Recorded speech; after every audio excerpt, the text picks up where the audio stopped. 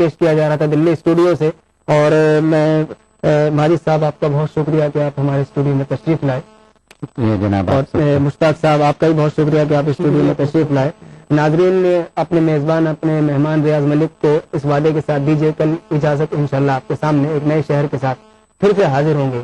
تب تک کے لیے خدا حافظ. اور چلتے چلتے ماجد صاحب آپ سے میں آپ کی گزارش ہوں. ناظرین وقت ختم ہو رہا ہے, میں 2 شعر پڑھ دیتا ہوں. وقت بہت قیمتی ہے اور گفتگو بھی بہت قیمتی ہوئی. میں نعت کے 2 شعر پیش کرتا ہوں. ملاحظہ فرمائیں. آقا کے مدینے کی ہر چیز مثالی ہے, آقا کے مدینے کی ہر چیز مثالی ہے, ذرے بھی نرالے ہیں مٹی بھی نرالی ہے, ذرے بھی نرالے ہیں مٹی بھی نرالی ہے. سرکار کے کہنے سے مسجد میں اذان دینا, سرکار کے کہنے سے مسجد میں اذان دینا, سرکار بھی سنتے ہیں کیا شان بلالی ہے, سرکار بھی سنتے ہیں کیا شان بلالی ہے, ذرے بھی نرالے ہیں مٹی بھی نرالی ہے. محبوب دو عالم کے صدقے میں غلاموں نے, تمام ناظرین کی ہم دیکھے اس کے بعد اجازت سماعت فرمائیں. محبوب دو عالم کے صدقے میں غلاموں نے جنت میں پہنچنے کی کیا راہ نکالی ہے, جنت میں پہنچنے کی کیا راہ نکالی ہے, ذرے بھی نرالے ہیں مٹی بھی نرالی ہے, سرکار دو عالم کی آقا کے مدینے کی ہر چیز مثالی ہے. یا رسول صلی اللہ علیہ وسلم, صلی اللہ علیہ وسلم.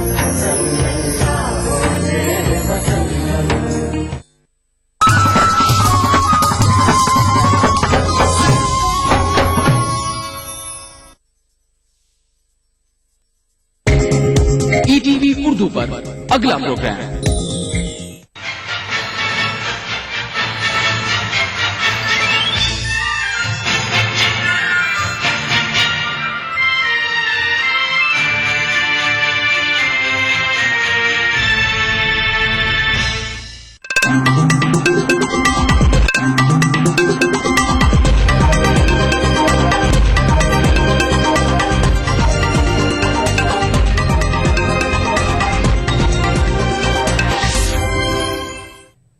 ناظرین بلٹن کے ساتھ میں ہوں ہینا. سب سے پہلے ہیڈ لائنز.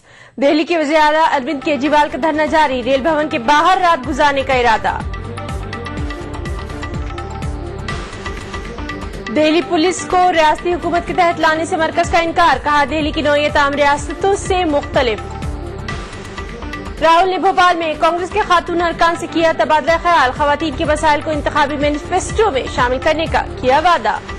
اور زیادہ مقدار میں ادویات لینے سے ہوئی سنندا پشکر تھرور کی موت, پوسٹ مارٹم رپورٹ میں آئی بات سامنے.